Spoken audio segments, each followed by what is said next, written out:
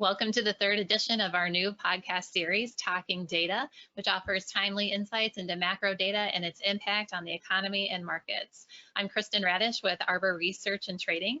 Our podcast features Jim Bianco of Bianco Research. In today's installment, I'll be interviewing Jim to gain his insight on last week's sell-off in the stock market. Jim, the last 3 days, the S&P is down approximately 7%, quite a bit going on. Let's talk about speculation in the stock market. Is it a case of not so fast, my friend? Yeah, it might very well be. I think the misdirection that a lot of people have had over the last several days is they look at all the statistics in the stock market in terms of volume, who's playing in the market, what they see, and they come to the conclusion that there's not a whole lot of speculation in the market, and I understand that. But look over in the options market of listed options. So options on Apple, options on Facebook, options on IBM or GM, 2,300 of them or so trade that way. And there is rampant speculation in that market, probably exceeding the frenzy that we saw at the 2000 tech bubble peak 20 years ago. Now, what's leading the charge on this, and this is a bit of a controversy, is there's a big player, SoftBank, the conglomerate, a tech conglomerate out of Japan, that supposedly bought billions of dollars worth of options to buy stocks of the FANGs. But the data says that really it's retail traders that have been going ballistic buying options on all kinds of stocks, especially the FANG stocks. It's become their way to trade the market, and it's become their way to day trade the market. One quick stat for you: 75% of all options that trade have a maturity within 2 weeks. So they're trading options that expire within 2 weeks, and they're either going to make money on those or not make money on those. Most likely they're just day trading them anyway, and you day trade them because they have a lot of leverage and speculation. So bottom line is there is a tremendous amount of speculation, and if you were looking for a speculative peak to mark a high, you have it right now in the options market. So is this comparable also if you think back to like the tech bubble of the 2000s? Yeah, it is comparable to that in that that you had a speculative peak back then, but the difference was people were speculating in stocks back then. Okay. Now they seem to be speculating in options right now. Why options? Because options provide you a lot of leverage. You buy one with a strike price near at the money, you pay a few $100s in premium. You might lose all your premium, but it's only a few $100s. But if you're right and the stock goes up, and that was the story of August, you can make multiples of your money in just a few days. And so that is really launched them off. So yeah, we saw speculation like this directly in stocks in 2000. Today we have it again. It's just that we have it in that market. And I might add that that is a worrisome sign that the market is definitely near some kind of a frenzy or a top in terms of what you would expect. Most people think that markets top with frenzied activity. That's exactly what we've had going into last week's high. What about in terms of the market being overvalued?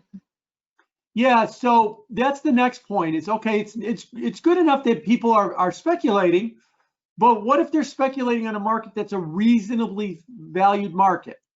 And unfortunately, the answer there is that it's not. If you look at most of the metrics that Wall Street likes, like the metrics of earnings, the price-earnings ratio, and the like, the market might be the most overvalued it's been since the tech peak, which was the all-time peak speculation that we've seen. Now, what you've got is, let me use Wall Street's favorite metric. The price, the S&P divided by Wall Street's estimate of the next 12 months earnings. And remember, Wall Street's bullish. They think that the earnings are going to recover. They think the economy is going to be fine. They think there's going to be a vaccine and everything's going to return to normal. You're paying 26 times the earnings for, you're paying 26 times for earnings based on the current value of the S&P. That is even more overvalued than it was at the 2000 peak. Now, that's not the only metrics that's like that. Price to EBITDA, trailing earnings, market cap to GDP, a bunch of other metrics are in that range as well too. And the forward earnings, whether you're talking about value stocks or growth stocks or mid-cap stocks or small-cap stocks, they all kind of say the same thing, is that we are paying record amounts for stocks relative to their valuations as well too. Now that goes hand in hand with the speculation, right? The speculators have boosted stocks, and they boosted them so much that they seem to be greatly overvalued. Are there any other examples that you can provide in regards to the overvaluation? Yeah, usually not all markets peak with overvaluations, but some of them do. Obviously, 2000 was an example of overvaluation. 2007 actually wasn't really an example of an overvalued market. It broke down because of the way that the housing market broke down. 87, the peak in 87 was a valuation peak as well too. The 98 peak was not.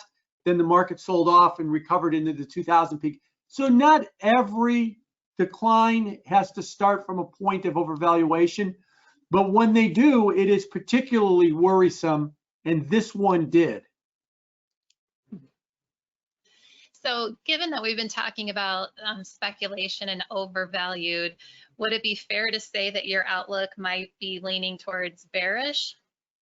Yeah, that's a good question.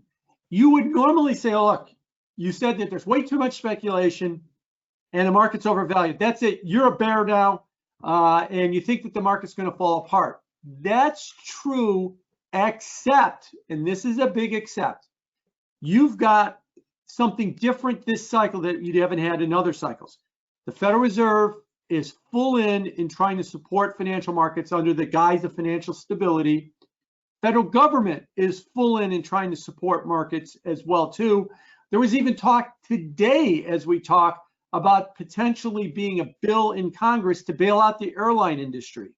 So while you've got all of these worrisome signs, the offset to that is the Fed's got an unlimited printing press that they could create money out of thin air and support the markets as much as they want. Federal government is there ready to make sure that no industry or no big companies fail and go down as well too. So they're going to push back on this as well. If Jay Powell came out today and gave a speech and said, look, we're not going to intervene in markets anymore, I'd be really bearish right now, because then you'd be stuck with way too much speculation in an overvalued market. But as we found in March, when they started throwing kitchen sinks, that was the phrase we were using, they were throwing one kitchen sink after another to try and stop the market decline. Eventually it worked. And you could see something like that now. Now, as you mentioned, we're only down 7%. I doubt the Fed is going to step in, at a 7% decline and start arguing that they should be doing stuff. But if this decline keeps going from here, it's very possible that we could see the Fed step in, and then that becomes kind of your offset. So I would put myself solidly in the 10 to 15% correction camp, and we're halfway there at 7%, as opposed to being an outright bear, at least for now, because I think before we have to talk about the market's going to have a serious 15% or more decline, we're going to have to fight through this idea that the might of the federal government, especially before an election, and the Federal Reserve printing money out of thin air to try and stop the market, that it will just overwhelm that and keep going down. Eventually, I think, eventually somewhere in this cycle that will happen, that the Federal Reserve will not be able to support markets at the wrong price. But I'm not so sure that eventually is now in this cycle. So it might work. So that's why I'll stick with a correction as opposed to being a full-blown bear, at least for now. Any other warning signs or things we should be looking for? Yeah, there's a couple of other things to really focus on. It's September right now, and I think the two other warning signs I'd be looking at is, one, if you look at the alternative data, and we highlight this a lot, the high frequency data that comes out daily, whether it's on mobility, like Apple Mobility, tracking how far you move with your phone every day versus what you did before the pandemic, or OpenTable with restaurants, or Homebase with the amount of people that are filling out hourly cards to get paid from their 600,000 customers that they have. It seems like the economy stalled, the recovery stalled around late July. Not reversed. We went down hard with the shutdowns. We recovered a good amount of it, but now we've stopped with the recovery and we're not quite making it back to pre-pandemic levels. One of the assumptions the markets got built in with these high prices is we are going to recover all the way as well. So I'm worried that the economy is not doing better. Oh, but wait till a vaccine comes. Everybody knows the vaccine's coming at this point. They keep telling us every other day we're going to get a vaccine. The only question is whether it's going to be before or after the election. The other worrisome sign, I think, is going to be the election. Later this week, we'll do another podcast on the election. But let me just tease it right now for you. If you watch the pollsters, the poll analyzers, excuse me, Nate Silver, Charlie Cook of the Cook Report, Nate Silver 538, The Economist, they've all got pretty much a uniform opinion. The election is over and Joe Biden has won it. If you look at the betting markets, and I'm not just talking about predicted.org, which is the largest betting market in the United States, but the London bookies all the way around the world, they've got this closer to 50-50. Not that Trump's going to win it, but that it is still a very much a toss-up race right now. So there's a divergence between the two. I still think that we have not begun. I'll save the analysis of what it means for the next podcast. But I still think it means that we have not discounted this election either way in this marketplace. And that if it looks like there's going to be a Biden victory or a Trump victory, that there will be a reaction in markets based on one or the other. So that's still come too. So stalling of the economy and the election, I think that those are two things that are going to have to be considered as we move in over the next 60 days up until election day. So a lot of moving parts, a lot that's going to be forthcoming in the next couple of weeks. Any other final comments or thoughts as we wrap this up today? Just that expect more volatility. That today as we talk, the S&P is down more than 2%. The NASDAQ is down more than 3%.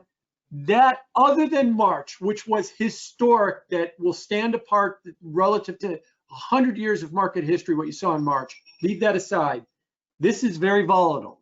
And I suspect that we're going to continue to see big volatile days. And I'm fond of saying the phrase, don't confuse volatility with change of trend. Well, the S&P is down 2.5% today. It was down nearly 1% on Friday. It was down 3% on Thursday. So if it goes up 2 or 3% tomorrow, that doesn't necessarily mean it's over. It's just that those are the types of moves you're going to get. Could be over. It doesn't necessarily mean it that you're just waiting for the next big update to announce that it's all clear. That won't be enough. Sounds good. Thank you, Jim, for your time today. Thank you, everyone, for joining our podcast, our third edition. Thank you for your time. And as a reminder, Arbor Research and Trading is an institutional research and brokerage firm that provides innovative research across a broad range of global fixed income, equity, currency, and commodity markets. Bianco Research and Arbor Data Science are two most prominent research offerings. As Jim mentioned earlier, stay tuned for our podcast later this week. And for further information on Arbor Research, please feel free to contact Gus Handler, whose email address is gus.handler@arborresearch.com. Thanks, everyone, and have a great day.